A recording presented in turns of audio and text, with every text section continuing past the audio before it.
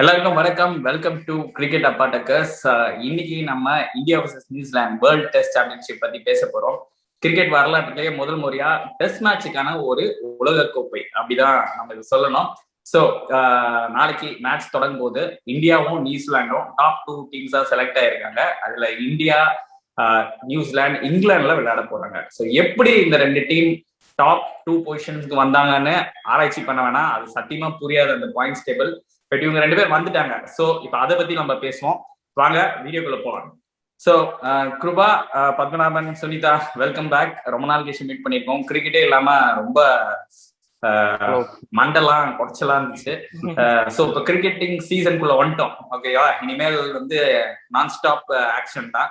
So சொல்லுங்க, how excited are you for this world test championship? Will start with Kripa and Sunita. Absolutely. Like அதான் ஐபிஎல்ல இருந்த அந்த grace சடனா ஒண்ணுமே இல்லாம ஒரு ஸ்டார்வேஷன் மோட்ல நம்மள தள்ளி விட்டது. அண்ட் இப்போ வந்து very excited about the world test championship. I think என்னோட ஒப்பீனியன்ல அஃப்கோர்ஸ் அந்த பாயிண்ட்ஸ் டேபிள் புரிஞ்சுக்கிறது ரொம்ப கஷ்டம். ஆனா the two best teams deservingly are making to the final and feel out there. So it's going to be a superb competition. Very excited.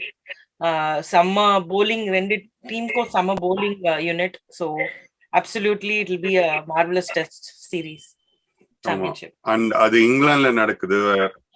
proudly known as home of cricket சொல்லுவாங்க.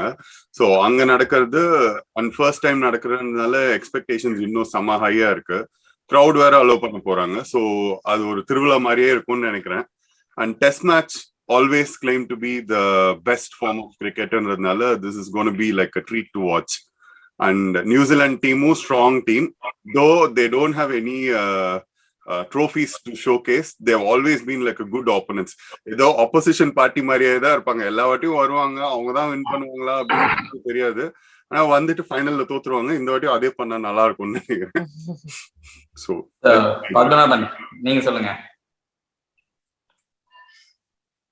இப்போ IPL பாதியில முடிஞ்சிருச்சு. So நம்ம மாதிரி cricket என்தூசியாசிஸ்ட் பார்த்தீங்கன்னா அது கொஞ்சம் இதாக தான் இருக்கும். ஸோ இப்போ நாளையில இருந்து ஒரு 5 days வந்து செம்ம என்டர்டெயின்மெண்ட் இருக்கும்னு நினைக்கிறேன். இன்வேஸ் டாப் 2 டீம்ஸ்னால நெக் டு நெக் இருக்கும். ஸோ அந்த காம்படிஷன் இதுக்கு முன்னாடி பார்த்தீங்கன்னா இந்தியா அப்புறம் இன்னொரு 10 டீம் தான் ஆடிட்டு இருக்கும். ஒரு கம்படிட்டிவ்னஸ் இருக்காது. ஸோ இப்போ நாளைக்கு பார்த்தீங்கன்னா டாப் 2 டீம்ஸ் ஆடுறதுனால ஸோ அந்த இது இருக்கும். எனக்கு தெரிஞ்சு 4 days போகும்னு நினைக்கிறேன். But anyway excited. எப்படின்னா ரெண்டு பேருமே சாலிடான டீம் தான். பாப்பா எப்படின்னு இவங்க வேற ஒரு நிறைய பிரேக்ல இருந்து வர்றாங்க. ஸோ யாரு ஃபார்ம்ல இருக்காங்க என்னன்னு தெரியாது ஆக்சுவலா. ஸோ அது ஒரு இன்னொரு ஹிடன் இது. நியூசிலாந்து வந்து ஒரு ரெண்டு டெஸ்ட் மேட்ச் ஆடிட்டு ஒரு சீரிஸ் ஜெயிச்சு வந்திருக்காங்க. ஸோ அந்த கான்ஃபிடென்ட் இருக்கும். சரி பார்க்கலாம் எப்படி இருக்குன்னு சொல்லி எக்ஸைட்டிங்கா தான் இருக்கு. ஓகே. ஸோ இப்போ பாத்தீங்கன்னா ஒரு ஆப்போனன்ட் வழியா பாத்தீங்கன்னா நியூசிலாந்து வந்து எல்லா கண்ட்ரிக்குமே ஒரு ஃபேவரட்டான ஒரு டீம். யாருமே வந்து நியூசிலாந்து அவனுங்களை பிடிக்காதுன்னு சொல்லவே மாட்டாங்க.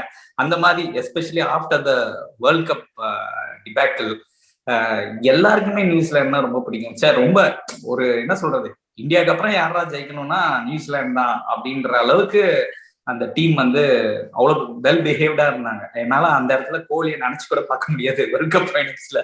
பட் அந்த அளவுக்கு ஒரு ஸ்மைலிங்காவே அந்த டோர்னமெண்ட்டை முடிச்சு போயிட்டாங்க. ஸோ நியூசிலாந்து ஒரு ஆப்போனண்டா இருக்கிறது வந்து உங்களுக்கு எப்படி ஃபீல் பண்றீங்க? அதே சமயம் லார்ட்ஸ்ல நடக்காது, சவுத் ஆம்ப்டன்ல நடக்கிறது எந்த மாதிரி ஒரு இம்பாக்ட் இந்தியன் டீமுக்கு கிரியேட் பண்ணணும்னு நினைக்கிறீங்க? என்னை பொறுத்த வரைக்கும் நியூசிலாந்து வந்து எப்பயுமே ஒரு மாதிரி ஸ்டார் ஸ்டட்டட் இது கிடையாது. எல்லாருமே பெர்ஃபார்ம் பண்ணுவாங்க. அந்த மாதிரி டீம் தான் நம்ம சென்னை சூப்பர் கிங்ஸ் மாதிரி. அந்த டீம் எப்படின்னா கலெக்டிவ்லி லைக் யார் வேணா என்னைக்கு வேணா வின் பண்ணி கொடுக்கலாம் மேட்ச் அந்த மாதிரி இருப்பாங்க. பட் இந்த டீம்ல பெஸ்ட் வேர்ல்ட்ஸ் பெஸ்ட் பேட்ஸ்மேன் அப்படின்னு சொல்ற அளவுக்கு இந்த முதல் தடவை கேன் வில்லியம்சன் ஒருத்தர் இருக்காரு. அதுக்கு முன்னாடி வரைக்கும் நீங்க நியூசிலாந்து டீம் எடுத்து பாத்தீங்கன்னா யாராவது ஆடுவாங்கப்பா, எப்படியாவது இது பண்ணிடுவாங்க அப்படிதான் இருக்கும். So this is one of the best teams. Ross டெய்லரையும் அண்டர் எஸ்டிமேட் பண்ண முடியாது. செம்ம ஃபார்ம்ல இருக்காரு. ஆமா, இப்போ பேக் டு ஃபார்ம்.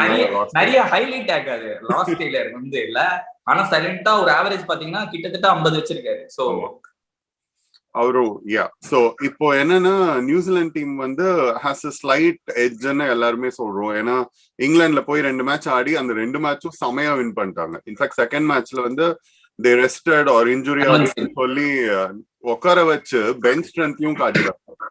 ஸோ இங்கிலாந்துல they have proved recent past. நம்ம டீம் என்ன பண்ணிருக்குன்னா they have played inter squad simulation matches. So match situation மாதிரி கொடுத்துட்டு இதுல எப்படி விளையாடுறாங்க பார்க்கலாம் அந்த மாதிரி பெர்ஃபார்ம் பண்ணிருக்காங்க.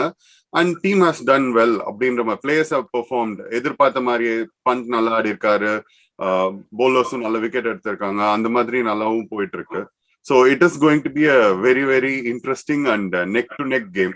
எனக்கு ஒரே ஒரு வருத்தம் என்னன்னா வேர்ல்ட் டெஸ்ட் சாம்பியன்ஷிப் ஃபைனல் சொல்லிட்டு ஒரு கேம் வச்சு இது பண்றது is not valid. I know people are discussing about it. Hopefully next இதுல வந்து they might have more than one. இல்லனா it's not at least top 3 teams ஆவது ஒரு ட்ரையாங்குலர் சீரிஸ் மாதிரி விளையாடினா கூட நல்லா தான் இருக்கும்ல. இல்ல டாப் 4 நாக் அவுட். அவங்க டாப் 2 டீம்ஸுக்கு ஒரு மேட்ச் கொடுக்கறதுக்கே இது பண்றாங்க. அட்லீஸ்ட் ஒரு 3 match series for the top 2 teams அந்த மாதிரியாவது யோசிக்கலாம்னு தோணுது. மேபி இது நல்லபடியா நல்லா போச்சு, நல்ல ஒரு டிஆர்பி எல்லாம் வந்ததுன்னா மேபி சான்சஸ் இருக்கு. கண்டிப்பா கண்டிப்பா. லைக் ஐ எம் ஷூர் இங்கிலாந்துல வந்து எவ்வளவு கிரௌட் அலோவ் பண்றாங்களோ ஃபுல்லா அந்த அளவுக்கு பேக்டா தான் இருக்கும். ஏற்கனவே வித்துருச்சு எல்லாமே. அண்ட் சவுத் ஆம்டன்ல நடக்கிறது might be in favour of India. ஏன்னா Southampton is known for spin. And அதே மாதிரி நம்ம பிளேயிங் 11ல 2 ஸ்பின்னர்ஸ் நம்மளோட பெஸ்ட் ஸ்பின்னர்ஸ் இருக்காங்க. So it is going to be a very very interesting. I would say India has an edge based on the paper stats. Okay, so Sunitha உங்ககிட்ட வரேன். So நியூசிலாண்டோட bowling ஓகேவா, மோர் தென் batting எப்பயுமே கன்சிஸ்டண்டா Indian conditions மாதிரி ஒரு பிளேஸ்ல bowling தான் வந்து ரொம்ப கீயா இருக்கும். ஒரு நல்ல பவுலர்ஸ் இருந்தாங்கன்னா கண்டிப்பா வின் பர்சன்டேஜ் அதிகம். இந்தியன் பவுலர்ஸ் அண்ட் நியூசிலாந்து பவுலர்ஸை கம்பேர் பண்ணும்போது I feel New Zealand bowlers are more threatening, right? நீங்க என்ன சொல்றீங்க? Especially Trent Bolt. How tough it will be for Indian batsmen?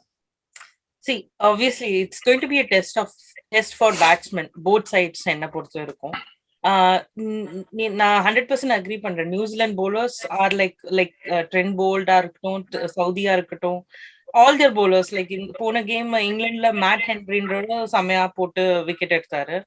And even Kylie Jamieson was really good. So it's like you cannot beat them அந்த மாதிரி. But for the last few years இந்தியாவோட bowlers நீங்க எடுத்துக்கிட்டீங்கனாலும் fast bowlers எடுத்துக்கிட்டீங்கனாலும் we are equally good. It's not like நம்ம கம்மி அவங்க அதிகம் அந்த மாதிரி சொல்ல முடியாது. We have like Trent Bolt எடுத்துக்கிட்டீங்கன்னா we have a Jasprit Bumrah, we have Ishant Sharma, we have Mohammad Shami. All of them are really good. Like all of them are wicket taking and really good bowlers. So equal competition மாதிரி எனக்கு feel ஆகுது. Like we cannot just say New Zealand have the better bowlers and India are slightly under the lower edge and சொல்ல முடியாது. We equally have a good competition. It's like poised 50-50. And ஒரு slight advantage இந்தியாக்கு என்னன்னா we have world class spinners and spin is always a problem for all the other countries other than the teams from subcontinent. So that is the edge which I like feel India has. And நமக்கு தெரியும் Ashwin left handers வந்து அல்வா சாப்பிட்ற மாதிரி சாப்பிடுவாரு. அந்த டீம்ல நிறைய left handers வேற இருக்காங்க. So that will be interesting match up too. Okay, cool. So நம்ம அடுத்த கேள்விக்கு போறதுக்கு முன்னாடி நம்ம பிளேயிங் 11 பார்த்தோம். பிளேயிங் 11 வந்து பப்ளிஷ் பண்ணியிருக்காங்க. ஸோ பிளேயிங் 11 எப்படி இருக்குன்றது பார்த்தோம். ஸோ பிளேயிங் 11 வந்தாச்சு. ஸோ விராட் கோலி சும்மா கெத்தா இந்தியான்னு காமிச்சிட்டு இருக்காரு. இந்தியா தான் பண்ணி ஆர்சிபி கிடையாது. ஸோ பாத்தீங்கன்னா பிளேயிங் 11 எனக்கு தெரிஞ்சு குறைய சொல்ல முடியாதுல. We had the best playing 11. கண்டிப்பா ஒரே ஒரு டவுட் இருந்தது வந்து விஹாரிக்கு பதில் வந்து ஜடேஜாக்கு பதில் விஹாரி ஆடுவாரா அந்த மாதிரி ஒரு கொஸ்டின் இருந்தது. பட் எனி டைம் ஜடேஜா இருக்கிற கரண்ட் ஃபார்ம்ல யாரை வேணா அவர் ரீப்ளேஸ் பண்ணுவாரு. So one of the best playing 11s. Padmanabhan, நீங்க சொல்லுங்க அந்த பிளேயிங் 11 பத்தி என்ன நினைக்கிறீங்க? ஏதாவது சேஞ்சஸ் இருக்குன்னு ஆசைப்பட்டீங்களா? I think Padu dropped out. Okay, fine. நீங்க சொல்லுங்க Kirupa. Let's continue with you. Okay. Playing 11ல சேஞ்சுன்னு கிடையாது. ஒரு இது எல்லாரும் யோசிச்சிருப்பாங்க என்னன்னா ஓப்பனிங் காம்பினேஷன் என்ன போவாங்க அப்படின்னு. ஏன்னா ஐ தாட் மயங்க் அகர்வால் விட்டது வந்து it's a very bold decision. ஏன்னா they have given confidence for Shubman Gill.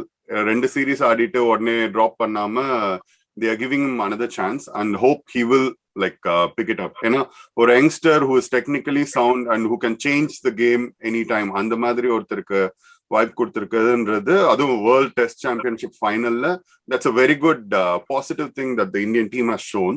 So அந்த கான்ஃபிடன்ஸ்க்கு I hope he will repay. And same with Rohit Sharma. Rohit Sharma வந்து எல்லாருமே ஹோம் டர்ஃப் புல்லினே சொல்லுவாங்க. இப்போ this is another like thing. ஏன்னா அவர் always been a big match player. You will never know, like ஐபிஎல்லா இருக்கட்டும் இல்ல மற்ற சீரீஸா இருக்கட்டும், எந்த டைம்ல தேவையோ அந்த டைம்ல he has always performed well. So hoping this big stage will bring out the best from him also. So மத்தபடி டீம்ல நமக்கு பேசுறதுக்குன்னு பாத்தீங்கன்னா வேற எந்த சேஞ்சஸ்மே எக்ஸ்பெக்ட் பண்ணல. This was the expected and the best 11 from Indian team என்ன பொறுத்த வரைக்கும்.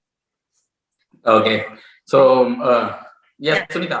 Yeah, same. நானும் அந்த ஒப்பீனியன் தான். Maybe Mayank Agarwal instead of Shubman Gill. Same thoughts I echo with Kripa.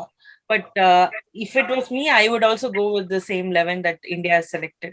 So it's the best 11. Right. So best 11 பார்த்தாச்சு. So இந்த 11ல Indian batsman இங்கிலாந்துல எப்படி பெர்ஃபார்ம் பண்ணியிருக்காங்க, அதுதான் இப்போ சேலஞ்சா இருக்க போகுது. இந்த டெஸ்ட் மேட்சை வந்து டிசைடிங் ஃபேக்டரா இருக்க போறது நம்ம பேட்ஸ்மேன் எப்படி நியூசிலாந்து போலர்ஸ் ஆட போறாங்கன்றதுதான். அப்படி பார்க்கும்போது 3 பேட்ஸ்மேன் தவிர பெருசா இங்கிலாந்துல ஆடக்கூடிய ஒரு எக்ஸ்பீரியன்ஸ் இல்ல. வர்ஸ்ட் சினாரியோ என்னன்னு பாத்தீங்கன்னா, ஓப்பனர்ஸ் இங்கிலாந்துல ஆடவே இல்லை டெஸ்ட் மேட்ச். ரோஹித் சர்மா ஆனாரான்றது என்னால ரீகலெக்ட் பண்ண முடியல. I think he hasn't played test match in England. So how crucial this is going to be. இப்போ பாத்தீங்கன்னா Rohit Sharma and Shubman Gill are totally inexperience. அதே மாதிரி எல்லா இடத்துலயும் above 50 above 55 ஆவரேஜ் வச்சிருக்கக்கூடிய நம்ம மிடில் ஆர்டர் பாத்தீங்கன்னா, புஜாராவோட ஆவரேஜ் 41, ரஹானேயோட ஆவரேஜ் 40, கோலியோட ஆவரேஜ் லாஸ்ட் சீரீஸ்ல அடிச்சதுனால 45 வந்திருக்கு. பட் அவர் ஆல்ரெடி ஒரு பிக் ஃபெயிலியர் இன் இங்கிலாந்து ஒரு டைம்ல. Let's not get into the past. But இப்போ பாத்தீங்கன்னா ஸோ எல்லாமே 40s அந்த ரேஞ்சில் தான் இருக்காங்க. பண்ட் வி நோ எப்போ அவர் அடிப்பாரு எப்போ அடிக்க மாட்டாருன்னு தெரியாது. பட் அவரை டோட்டலா நம்ம டிபெண்ட் பண்ண முடியாது for a long innings. Okay, yes proved. But நான் என்ன சொல்றேன்னா, பண்ட்டை வந்து நம்ம வந்து ஒரு சீமிங் கண்டிஷன்ஸ்ல நின்று ஒரு டீமை வந்து எடுத்து போவாரான்றது ஒரு தெரியல எனக்கு. எஸ் ப்ரூவ்ட் தோ. சோ நீங்க என்ன நினைக்கிறீங்க இந்த இந்தியனோட பேட்டிங் ஆர்டர்? என்னை பொறுத்த வரைக்கும் இந்தியன் பேட்டிங் ஆர்டர் இங்கிலாந்துல போய் ஆடினது இல்ல, அது ரொம்ப கரெக்ட்.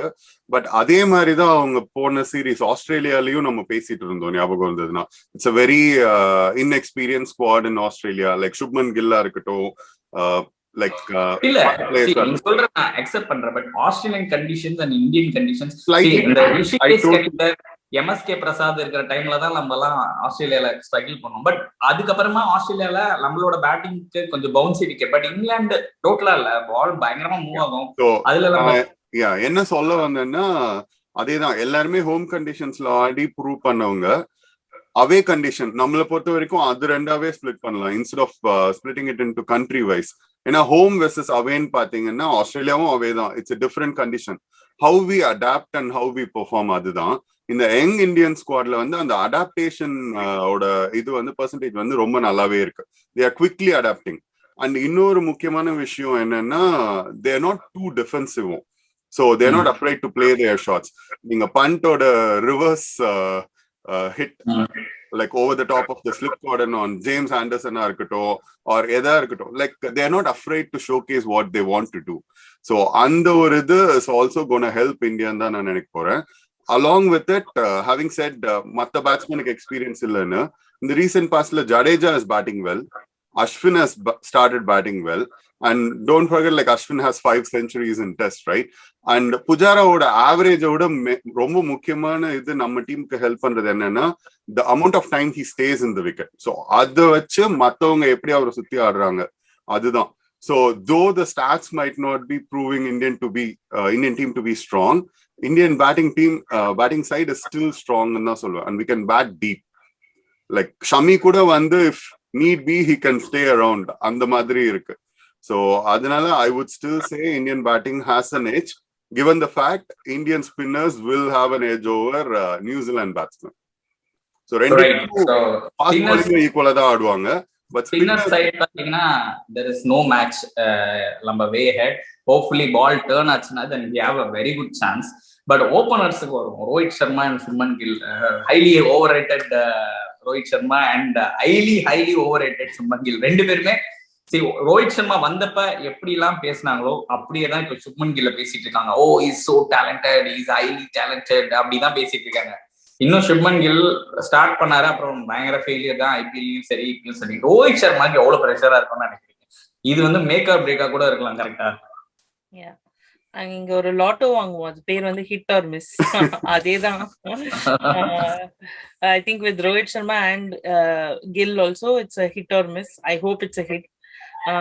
ஒன்னும் இல்ல, லைக் ஒரு ஆஸ்திரேலியால அந்த லாஸ்ட் ஆஸ்திரேலியால இந்தியால வந்து ரோஹித் சர்மா அவரோட இன்னிங்ஸ், அந்த லாங் இன்னிங்ஸ் பாத்தீங்கன்னா he was very cautious in the beginning and then கடைசியா வந்து he played really well and scored a massive score. ஆஸ்திரேலியால அவரோட மைண்ட் செட் அப்படி இல்ல, அது வந்து நான் அப்படிதான் ஆடுவேன் அப்படின்னு இன்டர்வியூ கொடுத்தாரு. But it changed in India. So I'm hoping அதே மாதிரி they see the ball, the moving ball, swinging ball வந்து நல்லா பார்த்துட்டு I hope he adapts the same approach. அப்படி ஆடினா I think there's no stopping Rohit Sharma. And obviously Gill also, if he plays the way ஆஸ்திரேலியால எப்படி ஆடினாரோ அந்த மாதிரி ஆடினார்னா I think we have a very good strong openers. But கொஞ்சம் aggression அப்படின்னு சொல்லிட்டு if they give away their wicket early, then they put us in the back seat. So okay, so Trent Bolt factor எப்படி இருக்க போகுது? Trent Bolt, as we all know, is a very aggressive wicket taking bowler. So நம்ம initially on the first 10 to 15 overs or the first session itself wicket vidama, even if we are scoring at like 2 or 2.5 per over, I would say that is a setback for the New Zealand team. ஏன்னா அவங்க வந்து they thrive on wickets. So wickets எடுக்க the bowling becomes even more stronger. So நம்ம அவங்க wickets எடுக்காம blunt பண்ண ஆரம்பிச்சாலே we all know like how Rohit Sharma can take the game away. Like initially slow ஆரம்பிச்சாலுமே போக போக he will just deal with boundaries. And test matchல it's going to be tricky, but if he can, like along with Shubman Gill, see off the first session or at least 15 overs, அதுக்கு அப்புறமாவே Indian team will have an edge. ஏன்னா when the bowlers are wicketless, they are slightly down. அதுக்கப்புறம் to catch up and come back, they will rely on the new ball after 80 overs.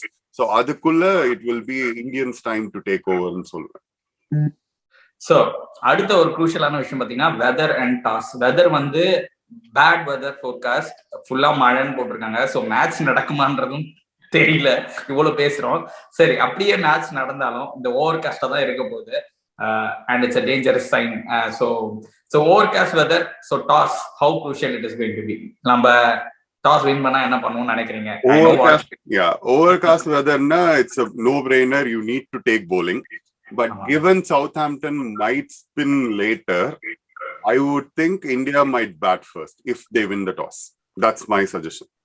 Correct. ஏன்னா it's going to be overcast for all the 5 days, so it's not going to change. So maybe batting எடுக்கிறதுக்கான possibility. இப்பனா weather கொஞ்சம் improve ஆயிருக்கு. First day மட்டும் தான் rain probability இருக்கு. Next 4 days we might get a match அப்படின்னு தான் போட்டுருக்காங்க. But you reserve day ஏதாவது இருக்கா? reserve day ஏதாவது இருக்கா? இருக்கு, ஒரு நாள் இருக்கு. Yeah, but இங்கிலாந்துல you never know, weather keeps changing. ஏன்னா போன வாரம் சொல்லும் போது ஃபுல் மேட்சே வாஷ் அவுட் ஆயிடும்னு போட்டிருந்தாங்க. இப்போ ஃபர்ஸ்ட் டே மட்டும் தான் ரெயின்னு இருக்கு. ஸோ ஹோப் அதுவும் கிளியர் ஆகி we will get a good matchன்னு நினைக்கிறேன். அண்ட் ரீசன்ட் பாஸ்ட்ல நீங்க டெஸ்ட் மேட்ச்ல ஸ்ட்ராங் டீம்ஸ் ஆர் பிளேயிங் பாத்தீங்கன்னா மேக்ஸிமம் 4 days, 3-4 daysல முடிச்சிடுறாங்க. ஸோ 4 days இருந்தாலும் இட் வில் பி எனஃப்னு தோணுது. Let's see. ஆனா இந்தியா டாஸ் வின் பண்ணிச்சுன்னா கண்டிப்பா பேட்டிங் தான் எடுக்கும்னு தோணுது. New Zealand might be the other way around. They might take bowling like the traditional way and try to pin India down. Okay, so இப்போ New Zealand and Indian team ரெண்டு பேரையும் compare பண்ணும்போது almost well பேலன்ஸ்டா இருக்காங்க. Pitch வந்து கொஞ்சம் spinning பிட்சா மாறிச்சுன்னா of course we have a big edge. So hopefully we hope இந்த மாதிரி ஒரு pitch Indian team Indian condition ஸ்பின்னர்ஸ்க்கு ஃபேவர் பண்ணணும்னு நினைக்கிறேன். அது மட்டும் ஆகலைன்னா it's like well balanced match. ரெண்டு சைட்லயும் நல்ல பவுலர்ஸ் இருக்காங்க, ரெண்டு சைட்லயும் நல்ல பேட்ஸ்மேன்ஸ் இருக்காங்க. So hopefully hope we win. அது மட்டும் இல்லாம ரெண்டு கேப்டன்ஸும் பாத்தீங்கன்னா ஒன்னா வந்திருந்தாங்க இன்டர்நேஷனல் கிரிக்கெட்ல. ஒண்ணுமே, ஒருத்தர் வந்து அக்ரெசிவ், ஒருத்தர் வந்து ரொம்பவே சைலண்ட். ஹானஸ்ட்லி நியூசிலாந்து மேல வந்து ஒரு ஒரு ஒரு ஒரு அவுட் சைட் சப்போர்ட் இருந்தா கூட of course we want India to win. At the same time நாளைக்கு ஒரு மேட்ச் தான் வந்து நம்ம தோத்தாலும் வருத்தப்படாம இருப்போன்றது மட்டும் என்னால கிளியரா சொல்லிக்க முடியும். பட் ஹோப்ஃபுல்லி விராட் கோலியோட ஐசிசி கேபினட் சுத்தமா எம்டியா இருக்கு. நாளைக்கு அவர் ஸ்டார்ட் பண்ணுவாருன்னு நம்ம எல்லாம் விஷ் பண்ணுவோம். ஓகே, மேட்ச் முடிஞ்சோடனே எவ்ரிடே நம்ம மீட் பண்ணுவோம், மேட்ச் பத்தி பேசுவோம். So until then it's bye from Vishnu and Sunitha and Kruba. Sunitha, sorry, like Paddu has been dropping out. I think he has internet problems. So அவரை நீங்க வீடியோல அப்பப்ப பார்க்க முடியும், பாக்குறாரு. அவர் வந்துட்டு போவாரு. Okay, anyways, bye. Meet you next week.